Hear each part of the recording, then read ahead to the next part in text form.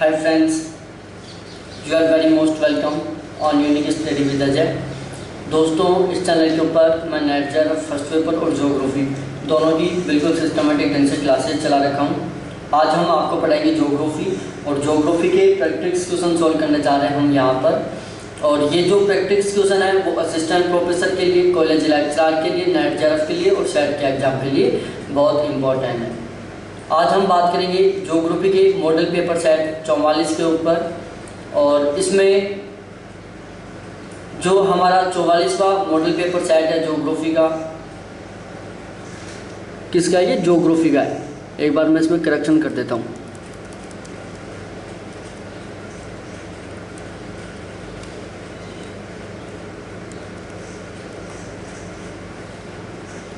किसका है? ज्योग्राफी का मॉडल पेपर सेट है 44वां। और इसमें हम बात करेंगे क्वेश्चन नंबर 536 से लेकर 546 तक 10 क्वेश्चनों पर डिस्कस करेंगे। और इसमें टोटल 10 क्वेश्चन हैं जिनको 10 मिनट में सॉल्व करना है। और यदि आपका 6 नंबर आते हैं तो सही स्कोर है, नॉर्मल स्कोर है। 7 क्वेश्चन सही हो रहा है तो आपका गुड स्कोर है। और यदि आपके 8 क्वेश्चन सही हो रहे हैं तो आपका बहुत ही अच्छा स्कोर है। ठीक है। और यदि आप नोट रजिस्टर लेके बैठे हो, एक पेन लेके बैठे हो कि मैं इनके नोट्स बनाऊंगा, तो प्लीज़ आप उस रजिस्टर को उस पेन के अंदर डाल के रख दो। आपको पेन को रजिस्टर में नहीं डालना है, रजिस्टर को पेन के अंदर डाल के और साइड में रखना है। और अपना जो दिमाग है, अपना जो खोपड़ा है, उसको अब मोबाइल की जो डिस्प्ले पर जो क्वेश्चन चलेंगे उनके ऊपर देना है। आपको इन क्वेश्चनों पर तो यहीं पर याद करना है। क्या करना है? इन क्वेश्चनों को यहीं पर याद करना है। बाद के लिए कुछ नहीं छोड़ना है, नोट्स नहीं बनाने हैं। क्योंकि मैं आपको इन क्वेश्चनों की पीडीएफ दे दूंगा। क्या करूँगा? इन क्वेश्चनों की आपको मैं पीडीएफ दे दूंगा। आप मेरे से पीडीएफ ले लेना। मेरा ज्योग्राफी का व्हाट्सएप ग्रुप है असिस्टेंट प्रोफेसर के लिए, कॉलेज लेक्चरर के लिए, नेट जेआरएफ के लिए। तो आप मेरे उस व्हाट्सएप ग्रुप में जुड़ जाना। ठीक है। और जिसके कॉन्टैक्ट नंबर आपको सामने दिख रहे हैं 7891350470। इसके अलावा हमारा एक टेलीग्राम ग्रुप है t.me/UGCnet विद अजय। ठीक है। तो अब हम बात करते हैं आगे। हमारा जो मेन टारगेट है क्वेश्चनों का, उसके ऊपर चलते हैं हम बिना टाइम आपका और मेरा वेस्ट किए। ठीक है। क्योंकि जितना टाइम आपका वेस्ट हो रहा है उतना ही टाइम मेरा वेस्ट हो रहा है। तो आपके सामने डिस्प्ले पर पहला क्वेश्चन आ चुका है जिसको हम यहाँ पर 536वां क्वेश्चन बोल सकते हैं कि निम्नलिखित में से कौन सा कारक संघनन के लिए उत्तरदायी है? किसके लिए? संघनन के लिए उत्तरदायी है। पहला है वायु का नियत आयतन एवं औसत तापमान। दूसरा है वायु का आयतन एवं तापमान दोनों न्यून हो। तीसरा है वाष्पीकरण के द्वारा अधिक मात्रा में जल की प्रविष्टि। ये आपके पास 3 कथन हैं और इन तीनों में से पता चलाना है कि कौन से कथन है जो संघनन के लिए उत्तरदायी है। तो आपके पास ये टोटल 4 ऑप्शन दिखा दिया है मैंने। अब बताओ। तो देखो, संघनन के लिए वायु का नियत आयतन एवं औसत तापमान होना भी बहुत ज़रूरी है। संघनन के लिए वायु का आयतन एवं तापमान दोनों न्यून भी होना जरूरी है। वाष्पीकरण के द्वारा अधिक मात्रा में जल की प्रविष्टि, ये सभी के सभी बहुत उत्तरदायी हैं, महत्वपूर्ण है। देखो, संघनन की क्रिया ताप, दाब, आर्द्रता तथा वायु के आयतन से प्रभावित होती है। पहली बात है कि जो संघनन की क्रिया है वो ताप, दाब, आर्द्रता तथा हवा के आयतन से प्रभावित होती है। जैसे जब वायु का आयतन निश्चित हो और तापमान गिरकर औसत तक आ जाए। क्या? जब वायु का आयतन निश्चित हो, तापमान गिरकर औसत तक आ जाए। वायु का तापमान और आयतन दोनों ही कम होने चाहिए। वाष्पीकरण के परिणाम स्वरूप वायु में अत्यधिक मात्रा में जल की प्रविष्टि होनी चाहिए। वायु के तापमान में कमी संघनन के लिए आदर्श स्थिति है।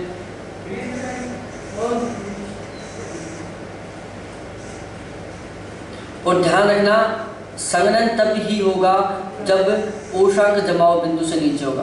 क्या? तापमान कि संघनन तब ही होता है जब तापमान औसत जमाव बिंदु से नीचे होता है। ठीक है। तो ये आपको बिल्कुल ध्यान रखना है, यहाँ पर बहुत इंपॉर्टेंट पॉइंट है ये।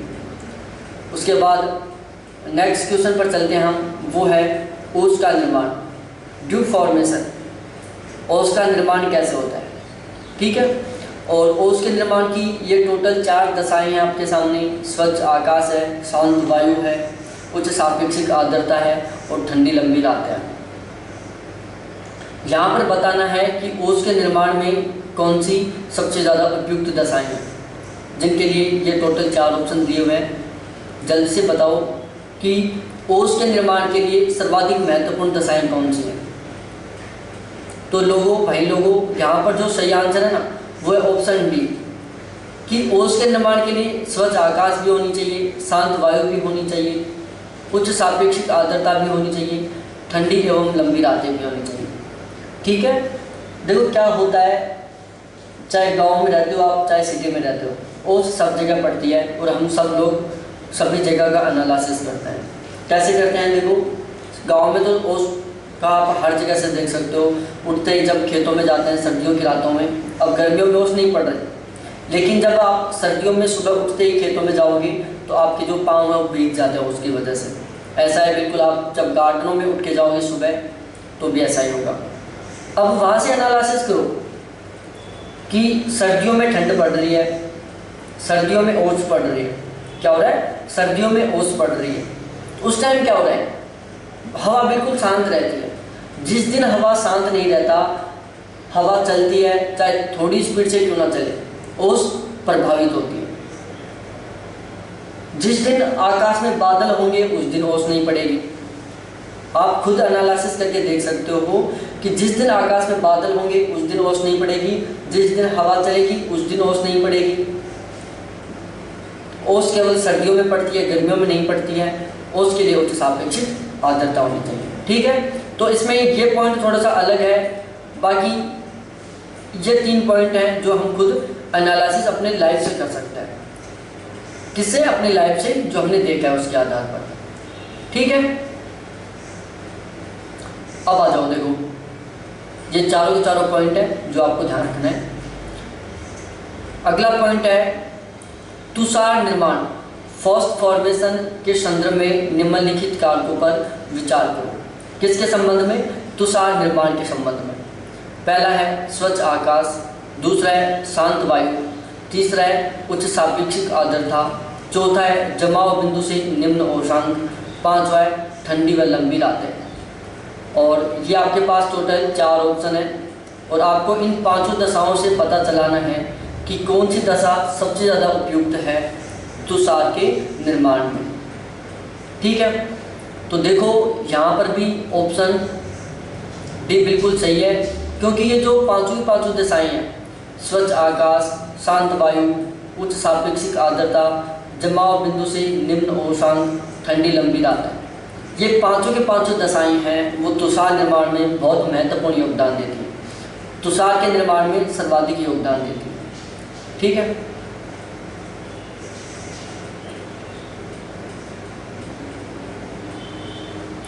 अब आगे चलते हैं हम कोहरे। कोहरे के संदर्भ में निम्नलिखित कथनों पर विचार करो। पहला कथन है कोहरे छोटे बादल होते हैं।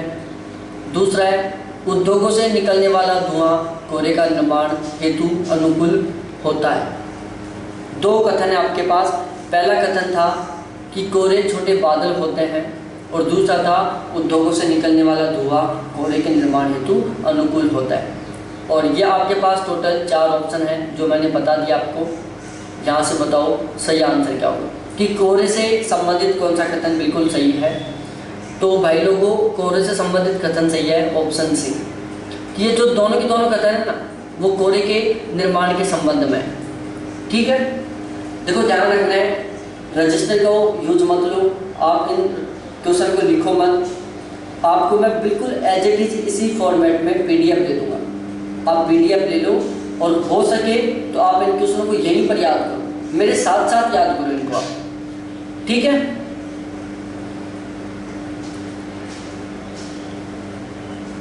आगे आ जाओ, कुहासा मिस्ट के संदर्भ में निम्नलिखित कथनों पर विचार करो। पहला, कुहासा में कोहरे की तुलना में अधिक मात्रा में नमी होती है। कुहासा में कोहरे की तुलना में अधिक मात्रा में नमी होती है। सामान्यतः कुहासा पहाड़ों की अपेक्षा धरातल पर अधिक सुलभता से पाया जाता है। सामान्यतः कुहासा पहाड़ों की अपेक्षा धरातल पर अधिक सुलभता से पाया जाता है। कुहासा के प्रत्येक नाभिक में नमी की एक मोटी परत होती है। कुहासा के प्रत्येक नाभिक में नमी की एक मोटी परत होती है। और ये टोटल 4 ऑप्शन है जहाँ से आपको सही कथन का पता चलाना है कि कुहासा से संबंधित कौन सा सही है। ठीक है, तो देखो कुहासा जो मिस्ट होता है उसके निर्माण में ये तीनों दशाओं का बिल्कुल सेम योगदान होता है। आपको ये सभी याद करनी है, ऐसे नहीं कि आप क्वेश्चन को सोल्व करके छोड़ दिया, नहीं, आपको जो ये तीनों दशाएं हैं उनको भी ध्यान में रखना है, क्योंकि कई बार पूछ लेता है, मिलान करवा लेता है कि निम्नलिखित दशाओं को मिलाओ, ओस, तुषार, कोहरा और कुहासा। एक लिस्ट में ये दे देगा, दूसरी लिस्ट में उनकी विशेषता दे देगा, और हम इनको तब मिला पाएंगे जब हमें ये सारी विशेषताएं याद रहेंगी। ठीक है, देखो कुहासा में और कोहरा में एक मुख्य अंतर होता है। कुहासा और कोहरा में मुख्य अंतर यह होता है कि कुहासा कोहरे की अपेक्षा अधिक नमी धारण करता है। जो कुहासा है वो कोहरे की अपेक्षा अधिक नमी धारण करता है। ठीक है, कुहासा में दृश्यता 1 किलोमीटर से लेकर 2 किलोमीटर के बीच में होती है। जो कुहासा होता है ना, उसमें जो दृश्यता होती है वो 1 किलोमीटर से और 2 किलोमीटर के बीच में होती है। आ जाओ भाई, थोड़ा सा आगे चलते हैं। कितना सा? बिल्कुल थोड़ा सा।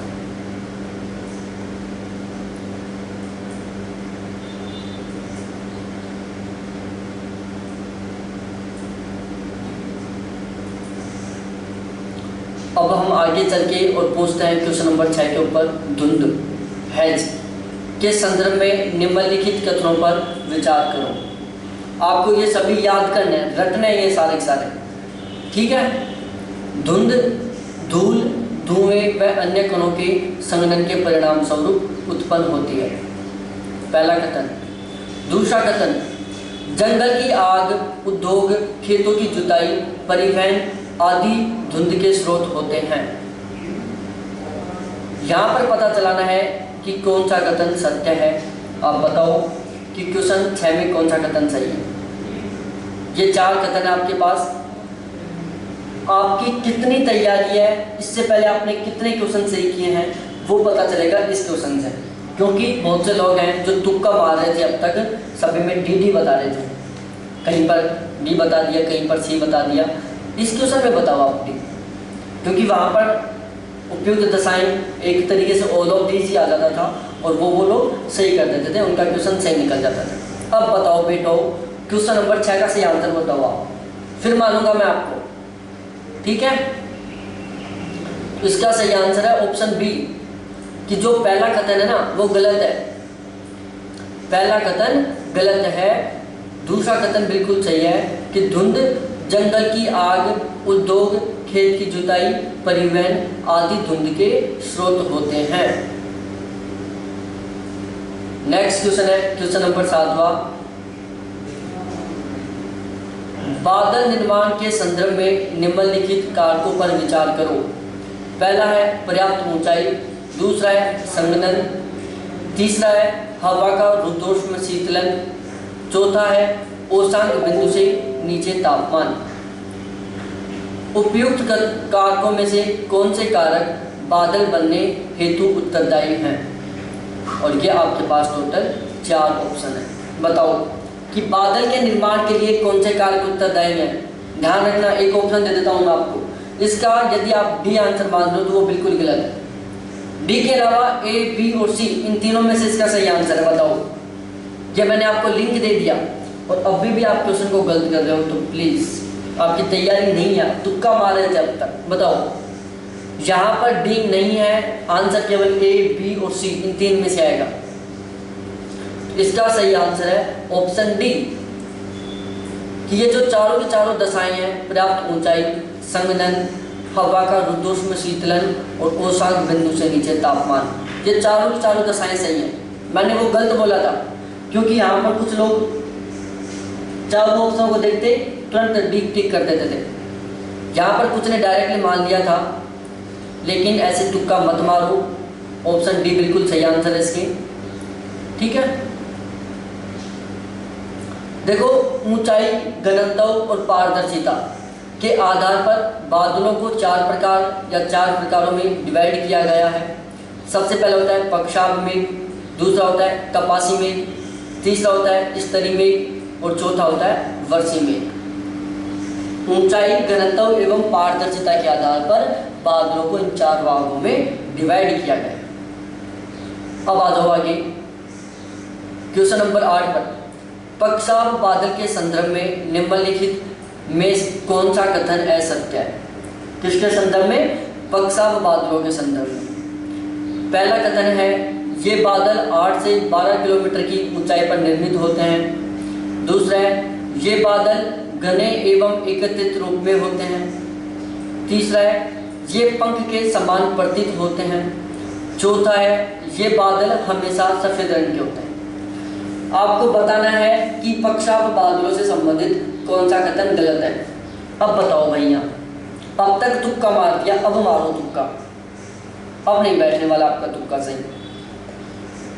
तो मैं बता देता हूँ दया मेहरबानी करके कि यहाँ पर जो ऑप्शन बी है ना वो बिल्कुल सही है कि पक्षाभ बादल घने एवं एकत्रित रूप में होते हैं। ये बात बिल्कुल गलत है। क्यों गलत है आगे मैं बता देता हूँ आपको पढ़ के। पक्षाभ में पतले बिखरे हुए बादल होते हैं जो पंख के समान प्रतीत होते हैं। किसके समान? पंख के समान। साथ ही पक्षाभ मेघों का निर्माण 8 से 12 किलोमीटर की ऊंचाई पर होता है। ये हमेशा सफेद रंग के होते हैं। देखो मैं एक छोटा सा एग्जाम्पल देता हूँ पक्षाभ बादलों का। जिस दिन आकाश में ब्लैक बादल नहीं हो, बिल्कुल आकाश खुला खुला दिख रहा हो, उस दिन आप ऊपर देखना आकाश में आपको बहुत ऊंचाई पर सफेद सफेद बादल दिखाई देंगे और वो सफेद सफेद बादल बिल्कुल बिखरे हुए होंगे। कोई कहीं पर है, कोई कहीं पर है, बिल्कुल पतले पतले दिखाई देंगे। तो वो बादल ही पक्षाभ बादल है जो कि 8 से 12 किलोमीटर की ऊंचाई के बीच में पाए जाते हैं। मध्य पक्षाभ मध्य क्षोभ मंडल में पाए जाते हैं। कहाँ पाए जाते हैं? मध्य क्षोभ मंडल में पाए जाते हैं। तो आकाश में वो सफेद सफेद रंग के बादल दिखाई देते हैं, वो पक्षाभ मेघ होते हैं जो हिम के कणों के द्वारा निर्मित होते हैं। किससे? हिम के कणों से निर्मित होते हैं। अगला क्वेश्चन है 9वां कि कपासी मेघ के संदर्भ में निम्नलिखित कथनों पर विचार करो। किसके संदर्भ में? कपासी मेघ के संदर्भ में। तो लो भाई, ये मेघ प्राय 4 से 7 किलोमीटर की ऊंचाई पर बनते हैं। ये चपटे आधार वाले होते हैं। कौन सा कथन सही है ये आपको पता चलाना है। आपके सामने ये टोटल 4 कथन है। इसका सही आंसर बता दो आप कि कपासी मेघ के संदर्भ में कौन सा कथन सही है। तो भाई लोगों, जो कपासी मेघ है ना, उनके संबंध में ये दोनों कथन बिल्कुल सही है। ऑप्शन सी सही आंसर है। ठीक है, कि जो कपासी मेघ होते हैं वो रुई के समान दिखाई देते हैं। नाम से पता चल रहा है। कपास को ही रुई बोलते हैं। क्या बोलते हैं? कपास को ही रुई बोलते हैं। नहीं बोलते हैं, कपास को ही रुई बोला जाता है और कपासी मेघ रुई के समान दिखाई देते हैं। ठीक है, अगला क्वेश्चन। ये बादल आकाश में बहुत बड़े विस्तृत रूप में, बहुत बड़े हिस्से में विस्तृत होते हैं जो सामान्यतः उष्मा के हास या अलग अलग तापमानों पर हवा के आपस में मिश्रण होने से बनते हैं। उपयुक्त विशेषताएं निम्नलिखित में से किस प्रकार के बादल से संबंधित है? बताओ, इसका सही आंसर बताओ कि ये बादल आकाश में बहुत बड़े हिस्से में विस्तृत होते हैं जो सामान्यतः उष्मा के हास या अलग अलग तापमानों पर हवा के आपस में मिश्रण होने से बनते हैं। उपयुक्त विशेषताएं निम्नलिखित में से किस प्रकार के बादल से संबंधित हैं? और ये आपके पास टोटल 4 कथन हैं जिनमें से आपको बताना है। तो देखो, इसका सही आंसर है ऑप्शन ए, स्तरी मेघ। कौन से? स्तरी मेघ। ये इसका बिल्कुल सही आंसर है। ध्यान रखना, स्तरी मेघ परतदार होते हैं। इनमें क्या होती हैं? परतें होती हैं, स्तर होते हैं। इनमें स्तर होते हैं। क्या होते हैं? स्तर होते हैं। तो आज का हमारा जो चैप्टर 44 था वो कंप्लीट हो गया है और 10 क्वेश्चन सोल्व करवाए थे मैंने यहाँ। आपको वीडियो को रोकना है और सभी 10 क्वेश्चनों का एक बार रिवीजन करना है बहुत स्ट्रांगली तरीके से।